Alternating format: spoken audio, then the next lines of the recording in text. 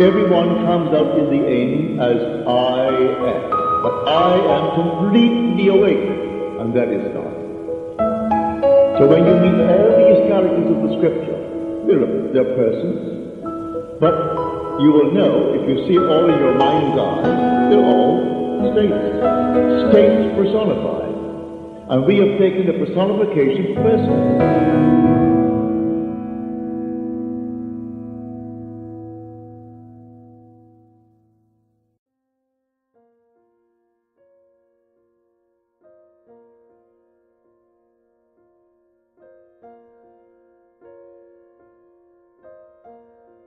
La ley. Imaginar crea la realidad. El hombre es toda imaginación. Dios es el hombre y existe en nosotros, y nosotros en él. El cuerpo eterno del hombre es la imaginación, que es Dios mismo. Blake. El propósito de la primera parte de este libro es mostrar, a través de historias reales, cómo la imaginación crea la realidad. La ciencia progresa a través de hipótesis tentativamente probadas y luego aceptadas o rechazadas según los hechos de la experiencia. La afirmación de que imaginar crea la realidad no necesita más consideración de lo que permite la ciencia. Se prueba a sí misma en la ejecución. El mundo en el cual vivimos es un mundo de imaginación.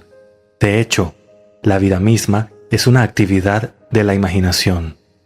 Para Blake, escribió el profesor Morrison de la Universidad de St. Andrews, el mundo se origina en una actividad divina idéntica a lo que conocemos como la actividad de la imaginación. Su tarea es abrir los ojos inmortales del hombre hacia adentro, en los mundos del pensamiento, hacia la eternidad, siempre expandiéndose en el seno de Dios, la imaginación humana. Nada aparece o continúa existiendo por un poder propio. Los eventos suceden porque actividades imaginativas comparativamente estables lo crearon, y continúan existiendo solo mientras reciban tal apoyo. El secreto de la imaginación, escribe Douglas Fawcett, es el mayor de todos los problemas a cuya solución aspira el místico. El poder supremo, la sabiduría suprema, el deleite supremo, se encuentran en la remota solución de este misterio. Cuando el hombre resuelva el misterio de la imaginación, habrá descubierto el secreto de la causalidad, y eso es, imaginar crea la realidad. Por lo tanto, el hombre que es consciente de lo que está imaginando, sabe lo que está creando, se da cuenta cada vez más de que el drama de la vida es imaginal, no físico. Toda actividad en el fondo es imaginaria. Una imaginación despierta trabaja con un propósito, crea y conserva lo deseable y transforma o destruye lo indeseable.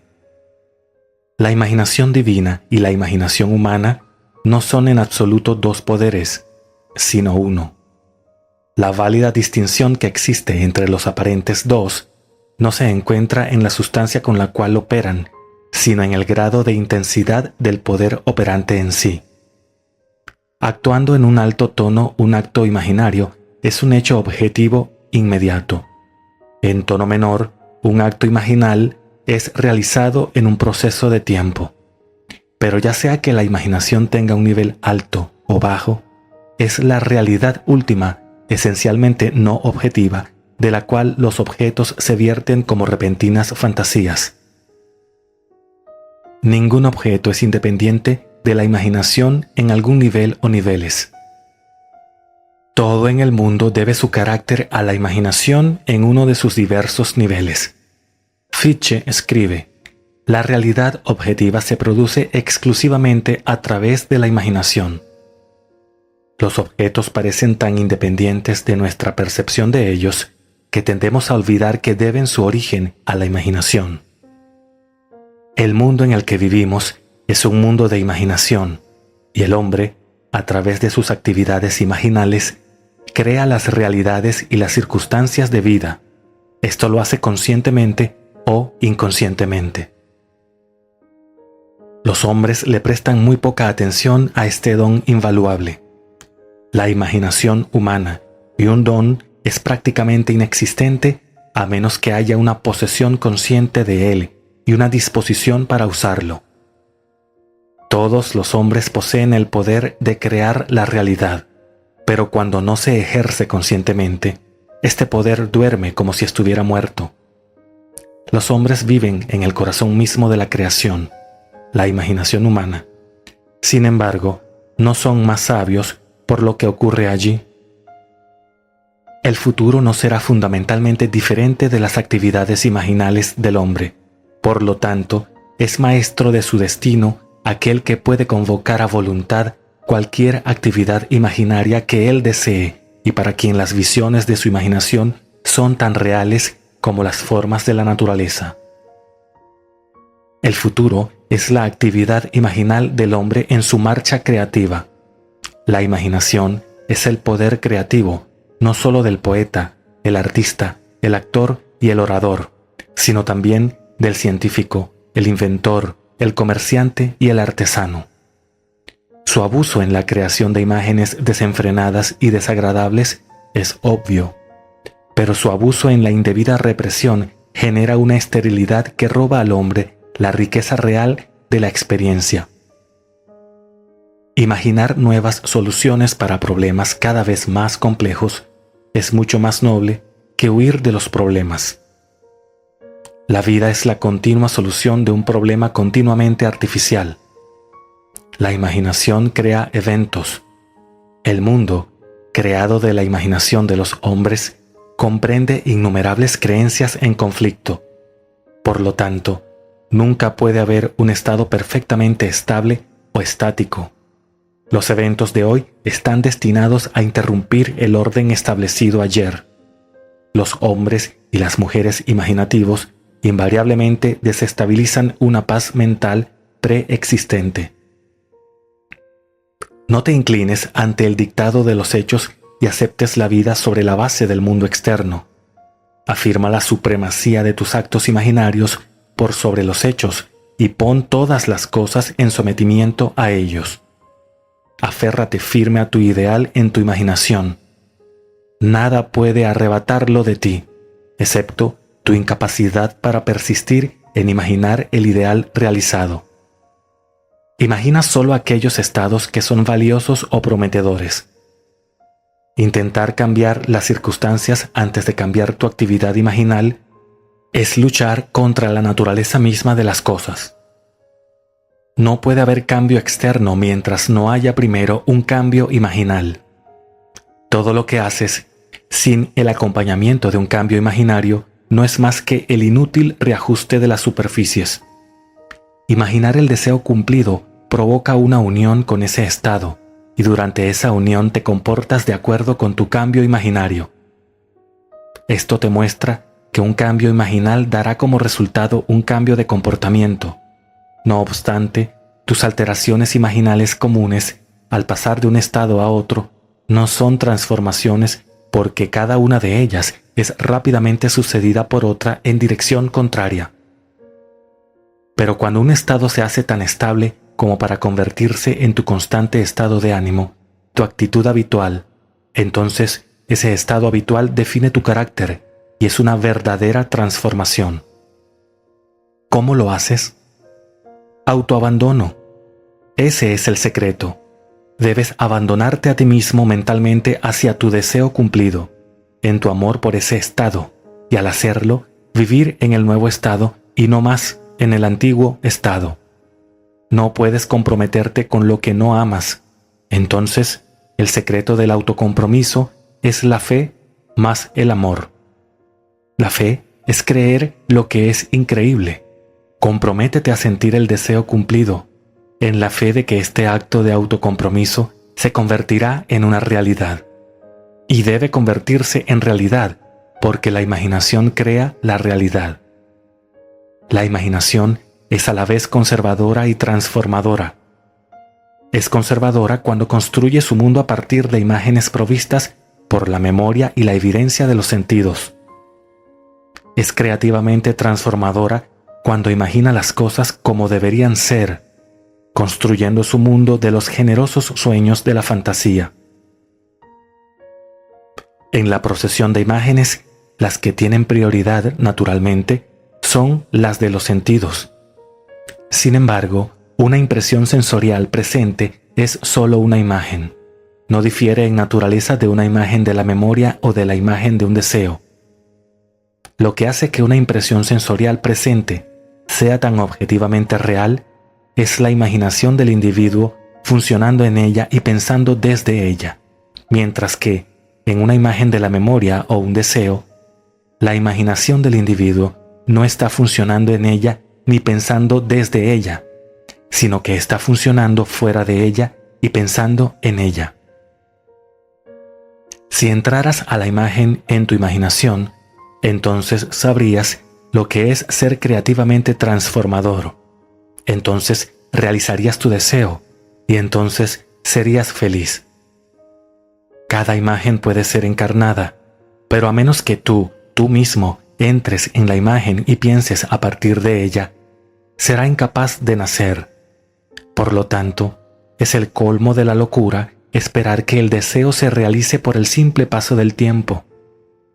Aquello que requiere ocupación imaginativa para producir su efecto, obviamente no puede ser efectuado sin tal ocupación. No puedes estar en una imagen y no sufrir las consecuencias de no estar en otra. La imaginación es una sensación espiritual.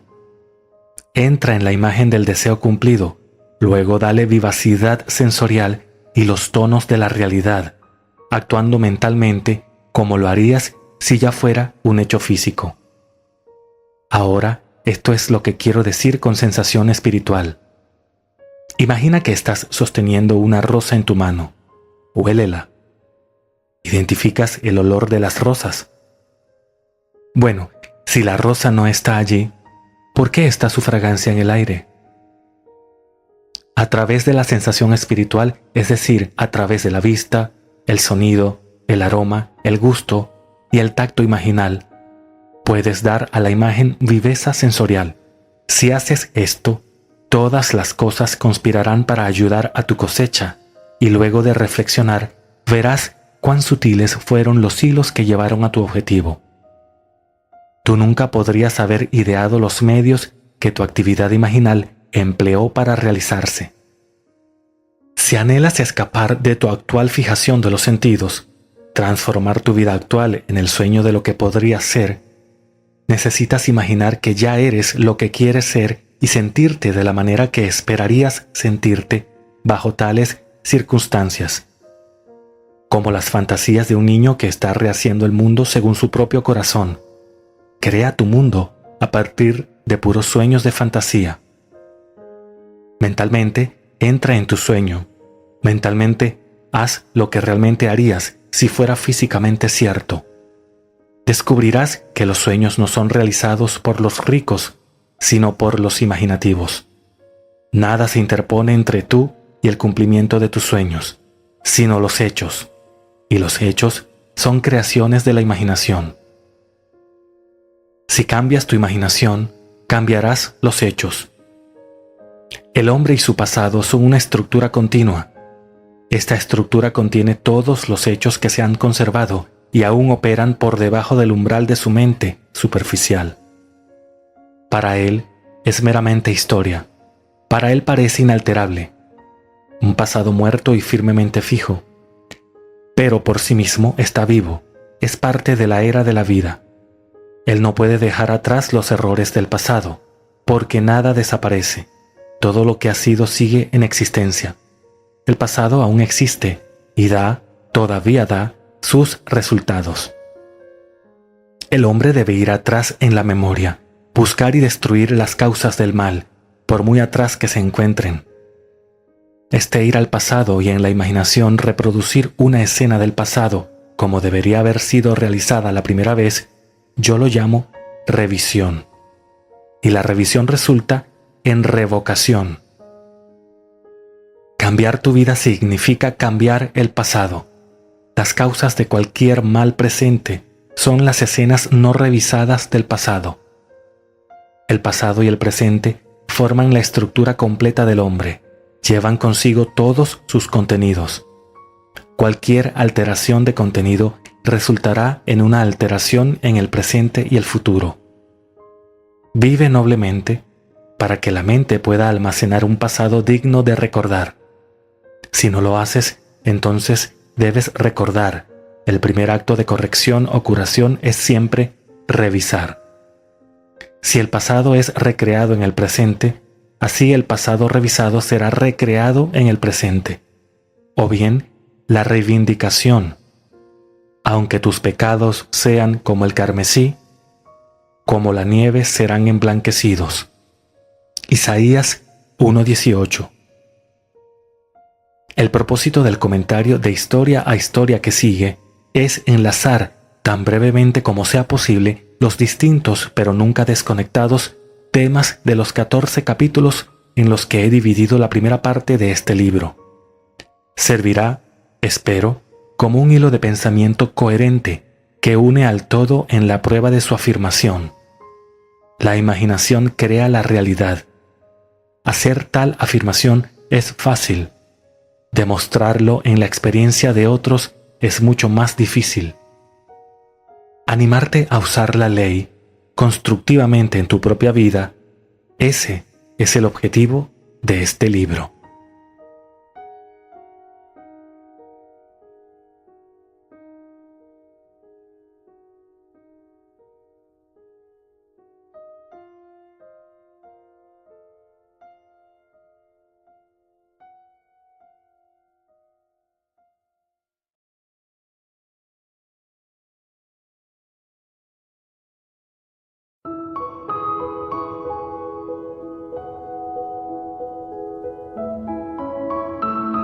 Everyone comes out in the end as I am, but I am completely awake, and that is God.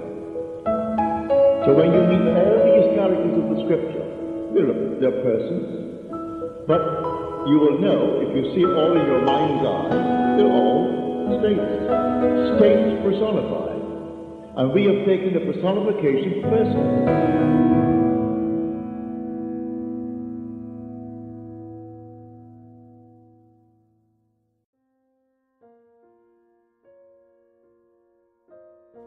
El extremo de una cuerda dorada. Te doy el extremo de una cuerda dorada. Hazla un ovillo. Te llevará a la puerta del cielo, construida en el muro de Jerusalén. Blake. En los siguientes escritos he tratado de indicar ciertas formas de abordar la comprensión de la Biblia y la realización de tus sueños, para que no sean perezosos, sino imitadores de aquellos que por fe y paciencia heredan las promesas. Hebreos 6:12. Muchos de los que disfrutan de los viejos versículos familiares de las Escrituras se desalientan cuando intentan leer la Biblia como lo harían con cualquier otro libro, porque, de manera bastante excusable, no entienden que la Biblia está escrita en lenguaje simbólico.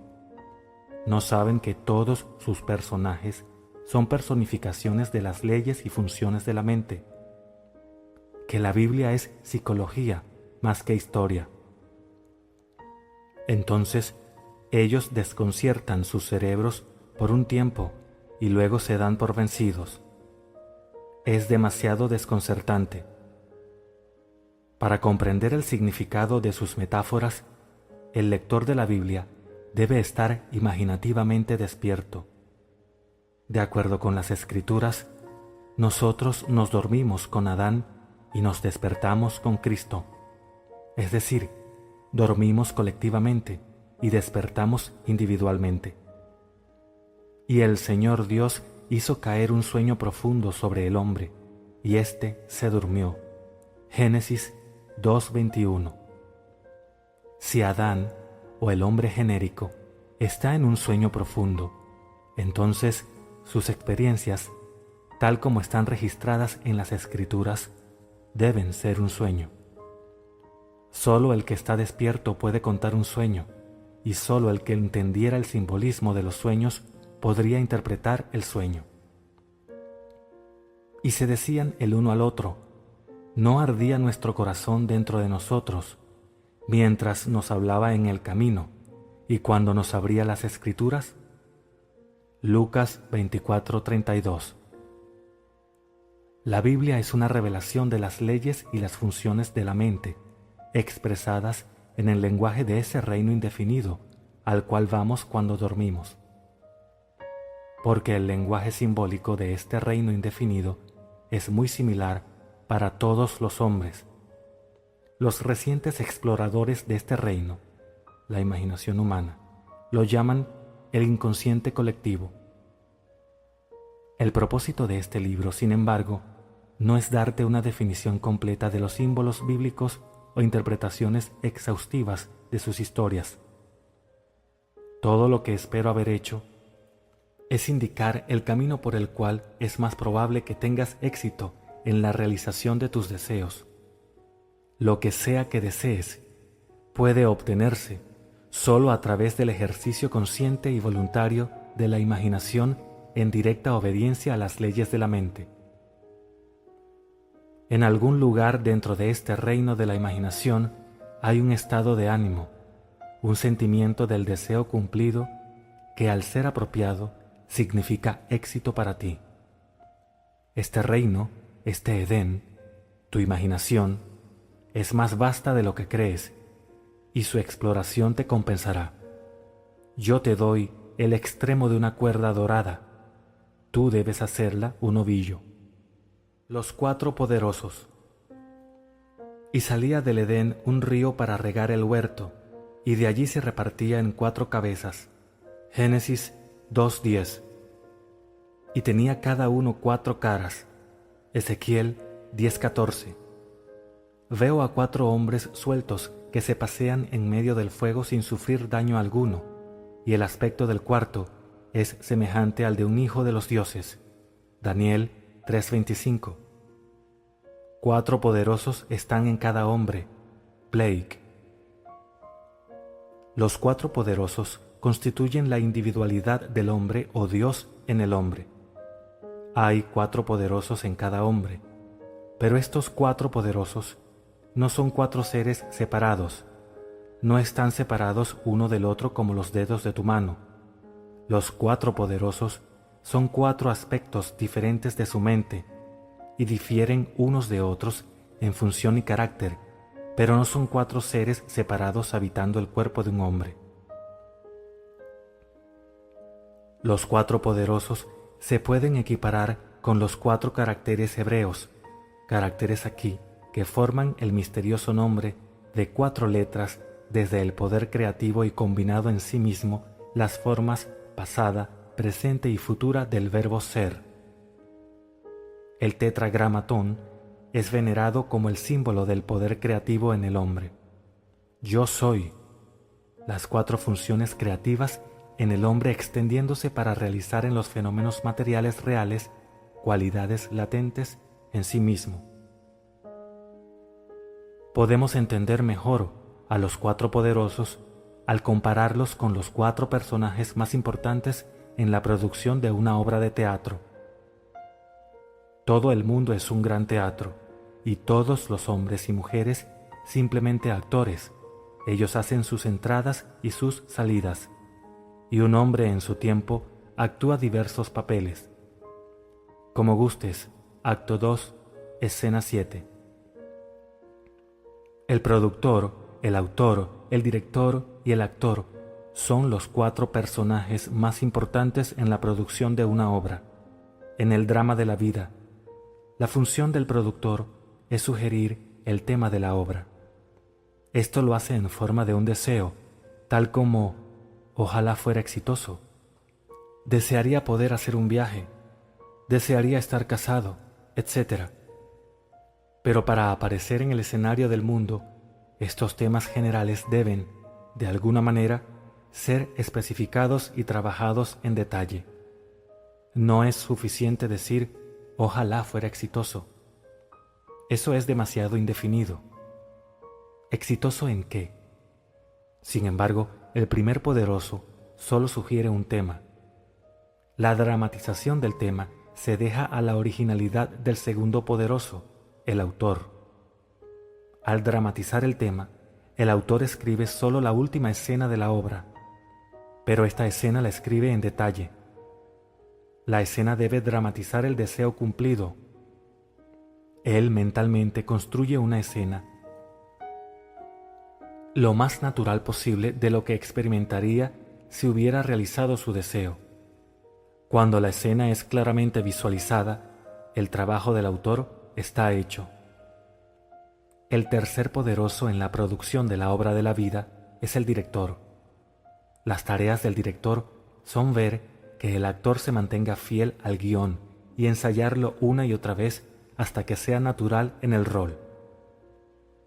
Esta función se puede comparar a una atención controlada y conscientemente dirigida, una atención centrada exclusivamente en la acción que implica que el deseo ya se ha realizado.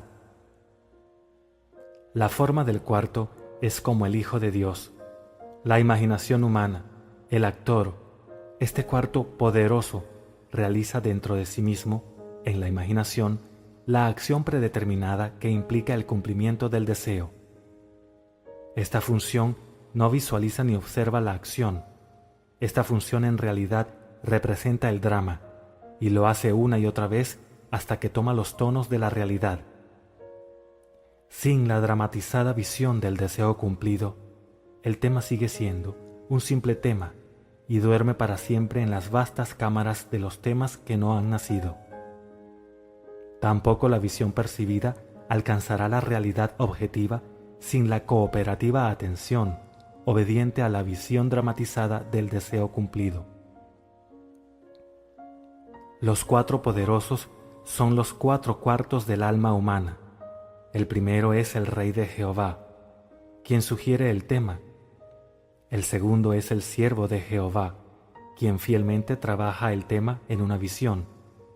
El tercero es el hombre de Jehová, que está atento y obediente a la visión del deseo cumplido, el que devuelve la imaginación errante al guión 70 veces 7.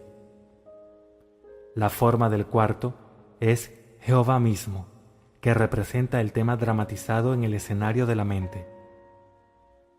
Deja que esta manera de pensar esté en ti, que también estaba en Cristo Jesús, el cual, estando en la forma de Dios, no pensó que era robo ser igual a Dios. Filipenses 2, 5, 6. El drama de la vida es un esfuerzo conjunto de los cuatro cuartos del alma. Todo lo que contemplas, aunque aparece afuera, está dentro, en tu imaginación, de la cual este mundo de mortalidad no es más que una sombra. Blake. Todo lo que contemplamos es una construcción visual ideada para expresar un tema que ha sido dramatizado, ensayado y actuado en otro lugar. Lo que estamos presenciando en el escenario del mundo es una construcción óptica ideada para expresar los temas que han sido dramatizados, ensayados y actuados en la imaginación del hombre. Los cuatro poderosos constituyen la individualidad del hombre, o Dios en el hombre, y todo lo que el hombre contempla, aunque aparece afuera, no son más que sombras proyectadas sobre la pantalla del espacio, construcciones ópticas ideadas por la individualidad para informarle sobre los temas que ha concebido, dramatizado, ensayado y actuado dentro de sí mismo. La criatura quedó sujeta a la vanidad para poder hacerse consciente de la individualidad y sus funciones, ya que con la conciencia de la individualidad y sus funciones puede actuar con un propósito. Él puede tener una historia conscientemente autodeterminada. Sin conciencia, actúa inconscientemente y llora a un Dios objetivo para salvarlo de su propia creación. Oh Señor, ¿hasta cuándo he de pedirte ayuda sin que tú me escuches? ¿Hasta cuándo he de quejarme de la violencia sin que tú nos salves? Habacuc 1:2. Cuando el hombre descubre que la vida es una obra que él mismo escribe consciente o inconscientemente, dejará la ceguera y la autotortura de ejecutar juicios sobre los demás. En cambio, él reescribirá la obra para ajustarse a su ideal, ya que se dará cuenta de que todos los cambios en la obra deben provenir de la cooperación de los cuatro poderosos dentro de sí mismo. Solo ellos pueden alterar el guión y producir el cambio. Todos los hombres y mujeres en su mundo son simplemente actores y son incapaces de cambiar su obra, del mismo modo que los actores tampoco pueden cambiar la imagen de la pantalla del cine.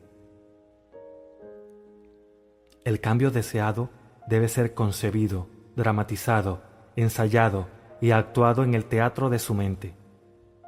Cuando la cuarta función, la imaginación, ha contemplado su tarea de ensayar la versión revisada de la obra hasta que es natural, entonces se levantará la cortina sobre este mundo aparentemente sólido y los cuatro poderosos arrojarán una sombra de la verdadera obra en la pantalla del espacio. Hombres y mujeres actuarán automáticamente sus partes para lograr el cumplimiento del tema dramatizado.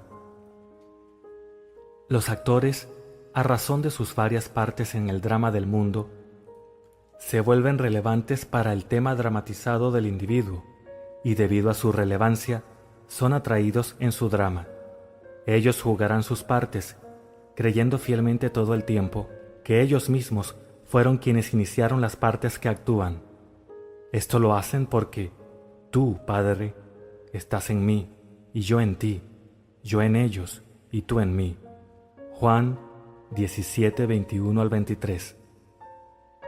Yo estoy involucrado en la humanidad, somos uno. Todos estamos jugando las cuatro partes del productor, autor, director y actor en el drama de la vida. Algunos de nosotros lo hacemos conscientemente, otros inconscientemente. Es necesario que lo hagamos conscientemente. Solo de esta manera podemos estar seguros de un final perfecto para nuestra obra.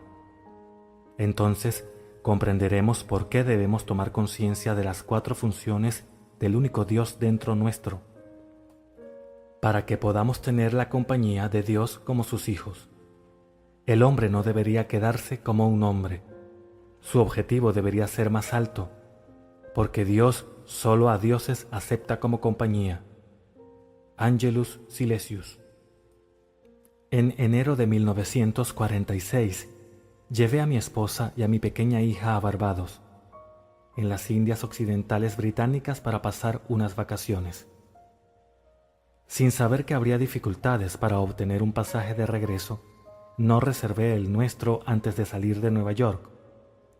A nuestra llegada a Barbados, descubrí que solo había dos barcos operando en las islas, uno de Boston y otro de Nueva York. Me dijeron que no había espacio disponible en ninguno de los barcos antes de septiembre. Como tenía compromisos en Nueva York la primera semana de mayo, puse mi nombre en la larga lista de espera para la navegación de abril. Unos días más tarde, el barco de Nueva York estaba anclado en el puerto. Yo lo observé con mucho cuidado y decidí que este era el barco que deberíamos tomar. Regresé a mi hotel y determiné una acción interna que sería mía si navegáramos en ese barco. Me senté en un sillón de mi habitación para perderme en esta acción imaginativa.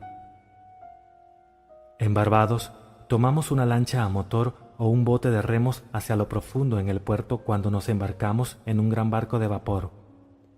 Sabía que debía captar el sentimiento de que estábamos navegando en ese barco. Elegí la acción interior de salir del pequeño bote y subir por la pasarela del barco. La primera vez que lo intenté, mi intención vagó después de que llegué a la parte superior de la pasarela. Me traje de regreso e intenté una y otra vez. No recuerdo cuántas veces llevé a cabo esta acción en mi imaginación, hasta que llegué a la cubierta y volví a mirar hacia el puerto con el sentimiento de una dulce tristeza al partir. Estaba feliz de regresar a mi casa en Nueva York, pero nostálgico al decir adiós a la hermosa isla, a nuestra familia y amigos. Recuerdo que en uno de mis muchos intentos de caminar por la pasarela en el sentimiento de que estaba navegando, me quedé dormido. Cuando desperté, realicé las actividades sociales habituales del día y de la noche. A la mañana siguiente, recibí una llamada de la compañía de barcos solicitándome que fuera a su oficina y recogiera nuestros boletos para la navegación de abril. Tenía curiosidad por saber por qué Barbados había elegido recibir la cancelación y por qué yo, al final de una larga lista de espera, iba a tener la reserva. Pero todo lo que el agente pudo decirme es que esa mañana se había recibido un cable desde Nueva York, ofreciendo un pasaje para 3. Yo no fui el primero al que llamó la agente, pero por razones que no pudo explicar, los que ella había llamado dijeron que ahora les parecía inconveniente navegar en abril. Navegamos el 20 de abril y llegamos a Nueva York la mañana del 1 de mayo. En la producción de mi obra, La navegación en un barco que me llevaría a Nueva York el 1 de mayo, jugué los 4 personajes más importantes de mi drama. Como productor, decidí navegar en un barco específico en un tiempo determinado. Interpretando el papel de autor, escribí el guión. Yo visualicé la acción interna que se ajustaba a la acción externa que tomaría si mi deseo se realizara. Como director, ensayé yo mismo. El actor en esa acción imaginaría de subir la pasarela hasta que esa acción se sintió completamente natural. Hecho esto, los acontecimientos y las personas se movieron rápidamente para adaptarse en el mundo exterior a la obra que yo había construido y representado en mi imaginación. Vi el flujo de la visión mística y vive en hombres y bosques y arroyos, hasta que ya no pude conocer la corriente de la vida de mis propios sueños. George William Russell. Le conté esta historia a una audiencia mía en San Francisco, y una señora del público me contó cómo inconscientemente había usado la misma técnica cuando era una niña. El episodio ocurrió en Nochebuena. Ella se sentía muy triste y cansada y con lástima por sí misma. Su padre, a quien ella adoraba, había muerto repentinamente.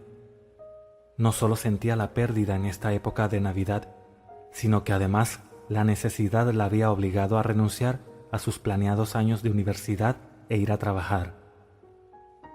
Esta lluviosa Nochebuena, ella se dirigía a su casa en un tranvía de San Diego.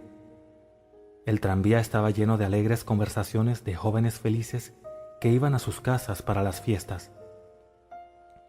Para esconder sus lágrimas de quienes estaba a su alrededor, ella se paró en la parte abierta adelante del carro y puso su cara hacia los cielos para mezclar sus lágrimas con la lluvia. Con sus ojos cerrados y sosteniendo firmemente la barandilla del auto, esto es lo que se dijo a sí misma: esta no es la sal de las lágrimas lo que yo saboreo, sino la sal del mar en el viento. Esto no es San Diego, este es el Pacífico Sur, y estoy navegando hacia la bahía de Samoa. Y mirando hacia arriba, en su imaginación, ella construyó lo que ella imaginaba ser la Cruz del Sur. Ella se perdió en esta contemplación por lo que todo se desvaneció alrededor de ella. De pronto, ella estaba al final de la línea y en casa.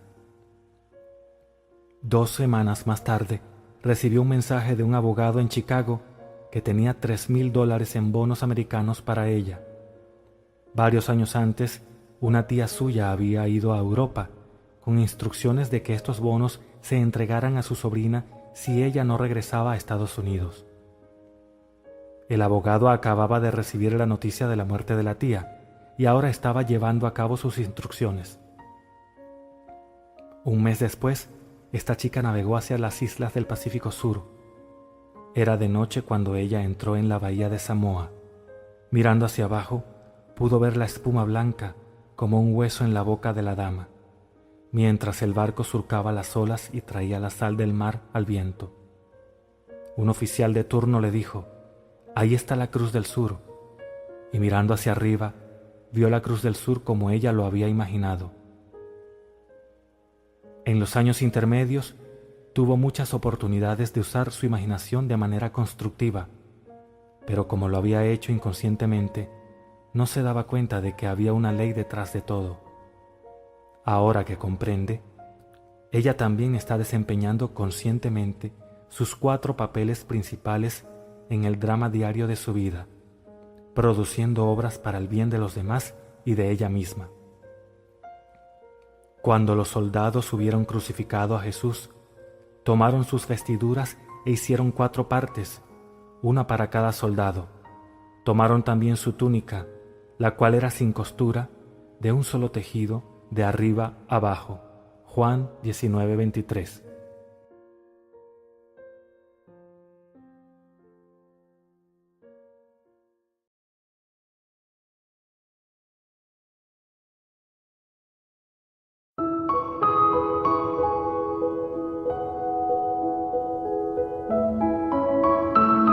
Everyone comes out in the end as I am, but I am completely awake, and that is God.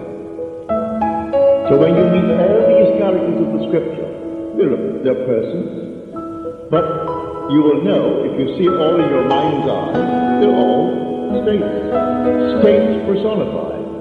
And we have taken the personification personally.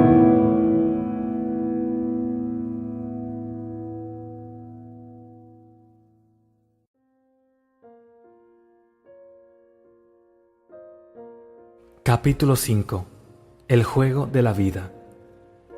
Puedo más fácilmente enseñar a 20 lo que es bueno hacer que ser uno de los 20 en seguir mi propia enseñanza. Shakespeare. Con esta confesión de mi mente, ahora te enseñaré cómo jugar el juego de la vida. La vida es un juego, y como todos los juegos, tiene sus objetivos y sus reglas.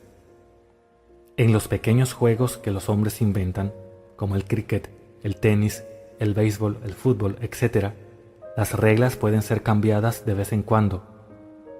Después de acordar los cambios, el hombre debe aprender las nuevas reglas y jugar el juego dentro del marco de las reglas aceptadas. Sin embargo, en el juego de la vida, las reglas no se pueden cambiar o romper. Solo dentro del marco de sus fijas reglas universales y eternas se puede jugar el juego de la vida. El juego de la vida se juega en el campo del juego de la mente.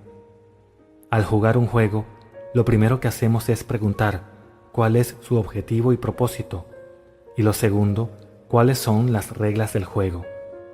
En el juego de la vida, nuestro principal objetivo es hacia una mayor conciencia, una conciencia de cosas de mayor significado. Y nuestro segundo objetivo es alcanzar nuestras metas, realizar nuestros deseos. En cuanto a nuestros deseos, las reglas solo indican la forma en que deberíamos realizarlos, pero los deseos en sí mismos deben ser un asunto del propio individuo. Las reglas que gobiernan el juego de la vida son simples, pero se necesita una vida de práctica para aplicarlas sabiamente. Aquí hay una de las reglas. Como él piensa en su corazón, así es él. Proverbios 23:7. Por lo general, se cree que el pensamiento es una función totalmente libre de trabas y sin reglas para restringirlo. Pero eso no es verdad. El pensamiento se mueve por sus propios procesos en un territorio delimitado, con caminos y patrones definidos. El pensamiento sigue el camino establecido en las propias conversaciones internas. Todos nosotros podemos realizar nuestros objetivos mediante el uso inteligente de la mente y el habla. La mayoría de nosotros somos totalmente inconscientes de la actividad mental que se desarrolla dentro de nosotros. Pero para jugar el juego de la vida exitosamente, debemos tomar conciencia de todas nuestras actividades mentales, ya que esta actividad, en forma de conversaciones internas, es la causa de los fenómenos externos de nuestra vida.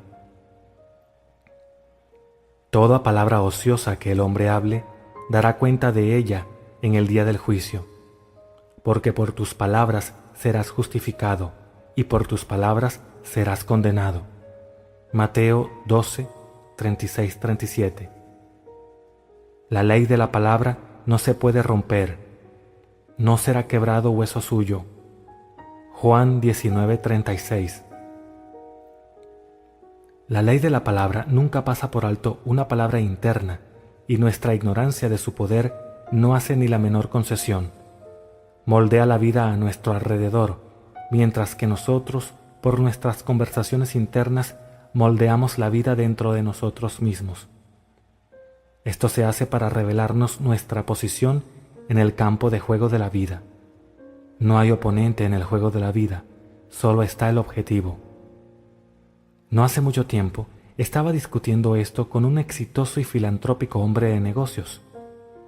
Él me contó una interesante historia sobre sí mismo.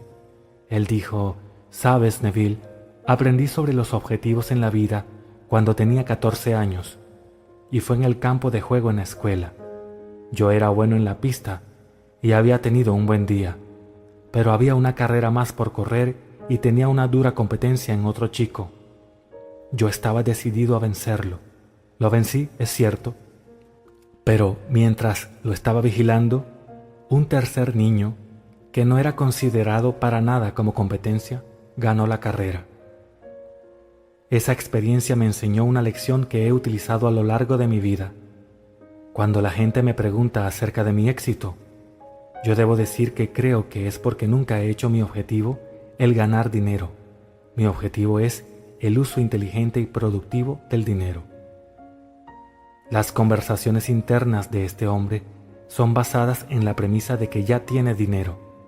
Su pregunta interna constante es: ¿el adecuado uso de este? Las conversaciones internas del hombre que lucha por obtener dinero solo demuestran su falta de dinero. En su ignorancia del poder de la palabra, está construyendo barreras en el camino hacia el logro de su objetivo. Él tiene su ojo en la competencia más que en la meta en sí. La culpa, querido Brutus, no está en las estrellas, sino en nosotros mismos, que consentimos en ser inferiores. Julio César, Acto 1, Escena 2. Como los mundos fueron enmarcados por la palabra de Dios, también nosotros, como imitadores de Dios, como hijos amados, creamos las condiciones y circunstancias de nuestras vidas mediante nuestras poderosas palabras humanas internas. Sin práctica, ni el más profundo conocimiento del juego producirá los resultados deseados. Al que sabe hacer lo correcto, es decir, que conoce las reglas y no lo hace, para él es pecado. En otras palabras, fallará el blanco y no logrará su objetivo.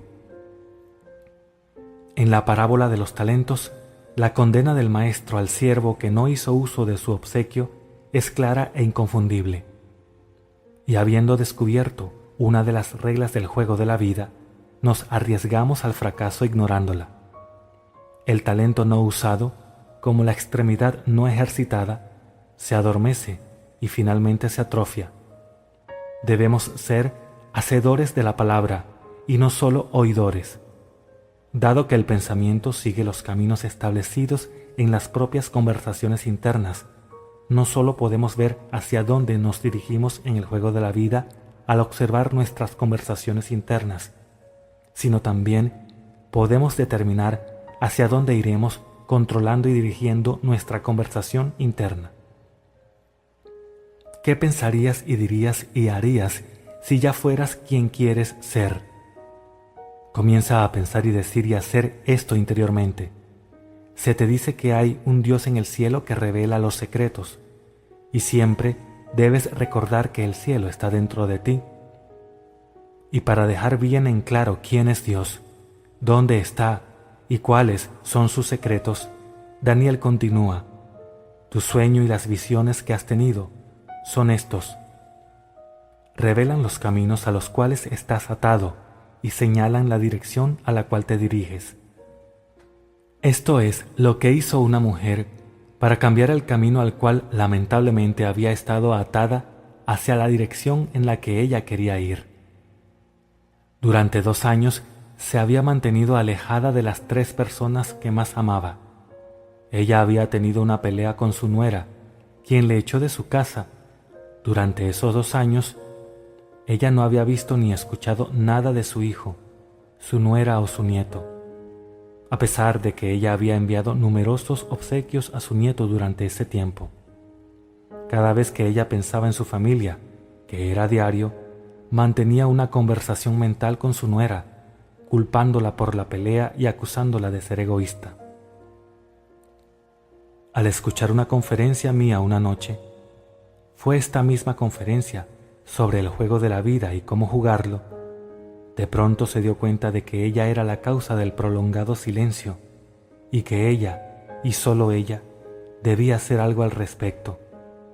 Reconociendo que su objetivo era volver a tener esa afectuosa relación de antes, ella se propuso la tarea de cambiar por completo su conversación interna. Esa misma noche, en su imaginación, hizo 2 tiernas y amorosas cartas escritas a ella, una de su nuera y la otra de su nieto. En su imaginación las leyó una y otra vez hasta que se durmió en el alegre ánimo de haber recibido las cartas. Ella repitió este acto imaginario cada noche durante 8 noches. En la mañana del 9º día, recibió un sobre con 2 cartas, una de su nuera y otra de su nieto.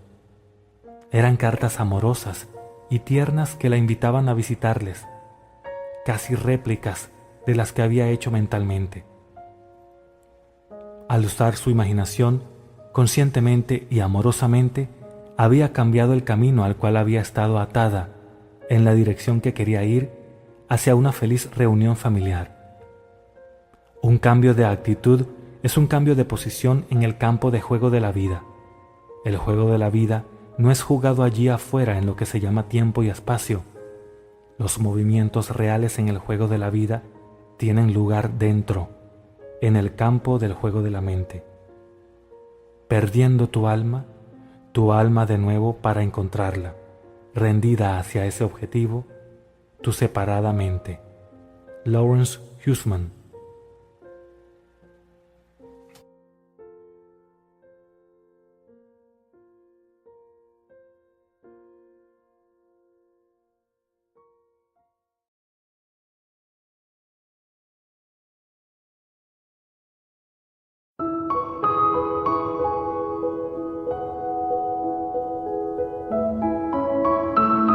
Everyone comes out in the end as I am, but I am completely awake, and that is God.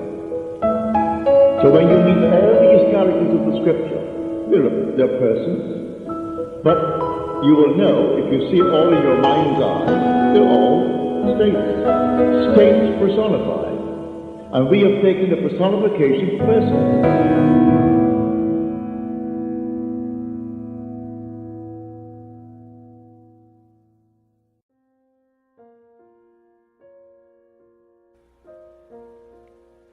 Capítulo 3. El don de la fe. Y el Señor miró con agrado a Abel y a su ofrenda, pero a Caín y su ofrenda no miró con agrado. Génesis 4, 4 al 5.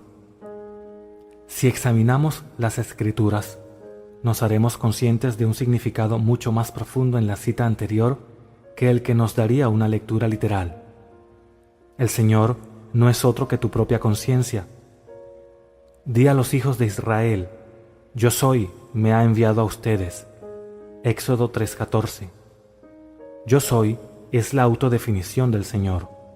Caín y Abel, como nietos del Señor, solo pueden ser personificaciones de 2 funciones distintas de tu propia conciencia. El autor está realmente preocupado por mostrar los 2 estados opuestos del alma humana, y ha usado a 2 hermanos para mostrar estos estados. Los 2 hermanos representan 2 distintas visiones o perspectivas del mundo que todos poseen. Una es la limitada percepción de los sentidos y la otra es una visión imaginativa del mundo. Caín, la primera perspectiva, es una pasiva rendición a las apariencias y una aceptación de la vida sobre la base del mundo externo. Una visión que inevitablemente conduce a un anhelo insatisfecho o una satisfacción con desilusión. Abel, la segunda perspectiva, es una visión del deseo cumplido, elevando al hombre por encima de la evidencia de los sentidos a ese estado de satisfacción donde ya no padece con deseo. La ignorancia de la segunda perspectiva es un alma en llamas. El conocimiento de la segunda perspectiva es el ala por el cual se vuela al cielo del deseo cumplido. Ven, come mi pan y bebe del vino que yo he mezclado. Abandona la necedad y vivirás. Proverbios 9:56. En la epístola a los Hebreos, el escritor nos dice que la ofrenda de Abel era la fe, y el autor afirma: sin fe es imposible agradar a Dios. Hechos 11:6. Ahora bien, la fe es la sustancia de lo que se espera, la convicción de lo que no se ve. Por la fe entendemos que los mundos fueron enmarcados por la palabra de Dios, de modo que lo que se ve no fue hecho de cosas visibles. Hebreos 11:1-3.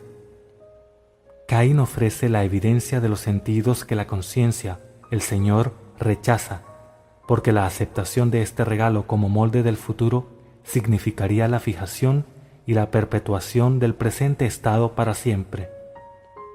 El enfermo estaría enfermo, el pobre sería pobre, el ladrón sería un ladrón, el asesino un asesino, y así sucesivamente, sin esperanza de redención. El Señor, o conciencia, no considera ese uso pasivo de la imaginación que es el regalo de Caín. Él se deleita con el regalo de Abel, el ejercicio activo, voluntario y amoroso de la imaginación a beneficio del hombre para él y para los demás. Diga el hombre débil: yo soy fuerte. Joel 3:10. Deja que el hombre ignore las apariencias y se declare a sí mismo como el hombre que quiere ser. Déjalo imaginar belleza, donde sus sentidos revelan cenizas, alegría, donde testifican duelo, riquezas, donde dan testimonio de pobreza. Solamente mediante este uso activo y voluntario de la imaginación, el hombre puede ser elevado y el Edén restaurado. El ideal siempre está esperando encarnarse, pero a menos que nosotros mismos ofrezcamos el ideal al Señor, nuestra conciencia, asumiendo que ya somos aquello que buscamos encarnar, es incapaz de nacer. El Señor necesita su pan diario de fe para moldear el mundo en armonía con nuestros sueños. Por la fe, Abel ofreció a Dios un sacrificio más excelente que Caín. Hebreos 11:4. La fe sacrifica el hecho aparente por la verdad inaparente. La fe se aferra a la verdad fundamental de que, a través de una suposición, los estados invisibles se convierten en hechos visibles, porque ¿qué es la fe a menos que sea para creer lo que no se ve? San Agustín. Recientemente tuve la oportunidad de observar los maravillosos resultados de alguien que tuvo fe para creer lo que no vio. Una joven me pidió que conociera a su hermana y a su sobrino de 3 años.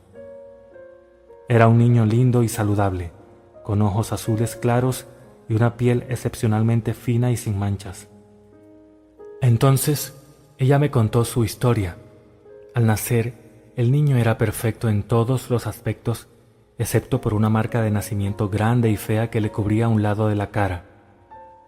Su médico les indicó que no se podía hacer nada para este tipo de marca. Las visitas a muchos especialistas solo confirmaron su declaración. Al escuchar el veredicto, la tía se dio a la tarea de probar su fe, que una asunción, aunque negada por la evidencia de los sentidos, si se persistía, se manifestaría en los hechos. Y entonces, cada vez que ella pensaba en el bebé, muy a menudo, veía en su imaginación a un bebé de 8 meses con una cara perfecta, sin ningún rastro de marca. Esto no fue fácil, pero ella sabía que, en este caso, ese era el regalo de Abel que agradaba a Dios. Ella persistió en su fe, creía en lo que no se podía ver. El resultado fue que ella visitó a su hermana cuando el niño cumplió 8 meses y descubrió que tenía una piel perfecta, sin manchas, sin ningún rastro de marca de nacimiento que haya estado presente. «Suerte, coincidencia», grita Caín. No, Abel sabe que estos son nombres dados por aquellos que no tienen fe en las obras de la fe. Caminamos por fe, no por vista. 2 Corintios 5:7. Cuando la razón y los hechos de la vida se oponen a la idea que deseas realizar y aceptas la evidencia de tus sentidos y los dictados de la razón como la verdad, tú has traído al Señor, tu conciencia, el regalo de Caín. Es obvio que tales ofrendas no le agradan. La vida en la tierra es un campo de entrenamiento para la creación de imágenes. Si usas solo los moldes que tus sentidos dictan, no habrá cambios en tu vida. Tú estás aquí para vivir la vida más abundante, por lo que debes usar los moldes invisibles de la imaginación y hacer de los resultados y logros la prueba crucial de tu poder para crear. Solo cuando asumes el sentimiento del deseo cumplido y continúas allí, estás ofreciendo el regalo que le agrada. Cuando el regalo de Abel es mi atuendo, entonces realizaré mi deseo. El profeta Malaquías se queja de que el hombre ha robado a Dios, pero dicen, ¿en qué te hemos robado? En los diezmos y las ofrendas. Malaquías 3:8. Los hechos basados en la razón y la evidencia de los sentidos que se oponen a la idea que buscan expresión, te roban la creencia en la realidad del estado invisible. Pero la fe es la evidencia de las cosas que no se ven, y por medio de ella llama a las cosas que no son como si fuesen. Romanos 4:17. Llama a lo que no se ve. Asume que ya se ha cumplido tu deseo. Para que haya alimento en mi casa, y pruébenme ahora en esto. Dice Jehová de los ejércitos, si no te abro las ventanas del cielo y derramo tanta bendición, que no habrá espacio suficiente para recibirla. Malaquías 3:10. Esta es la historia de una pareja que vive en Sacramento, California, que se negó a aceptar la evidencia de sus sentidos, que se negaron a ser robados a pesar de una aparente pérdida. La esposa le había dado a su marido un reloj de pulsera muy valioso. El regalo duplicó su valor debido al sentimiento adjunto. Ellos tenían un pequeño ritual con el reloj. Todas las noches, al quitarse el reloj, él se lo entregaba a ella y lo guardaba en una caja especial en la cómoda. Todas las mañanas, ella tomaba el reloj y se lo daba a él para que se lo pusiera. Una mañana, el reloj no estaba. Ambos recordaron haber realizado sus partes habituales la noche anterior, por lo tanto, el reloj no se había perdido ni extraviado, sino que había sido robado. Entonces allí determinaron no aceptar el hecho de que realmente se había ido. Se dijeron el uno al otro, esta es una oportunidad para practicar lo que creemos. Decidieron que, en su imaginación, representarían su ritual habitual como si el reloj realmente estuviera allí. En su imaginación, todas las noches, el marido se quitaba el reloj y se lo daba a su esposa, mientras que en su imaginación, ella recibía el reloj y cuidadosamente lo guardaba. Todas las mañanas, ella sacaba el reloj de su caja y se lo daba a su esposo, y él, a su vez, se lo ponía. Esto lo hicieron fielmente durante 2 semanas. Después de 14 días, un hombre entró en la única joyería de Sacramento, donde fue reconocido el reloj. Mientras ofrecía una joya para su evaluación, el dueño de la tienda notó el reloj de pulsera que llevaba puesto. Con el pretexto de necesitar un examen más detallado de la piedra, entró a una oficina interna y llamó a la policía. Después de que la policía arrestó al hombre, encontraron en su apartamento más de $10,000 en joyas robadas. Al caminar, por fe, no por vista, esta pareja logró su deseo, el reloj, y también ayudó a muchos otros a recuperar lo que parecía haberse perdido para siempre. Si uno avanza confiadamente en la dirección de su sueño y se esfuerza por vivir la vida que ha imaginado, se encontrará con un éxito inesperado en horas comunes.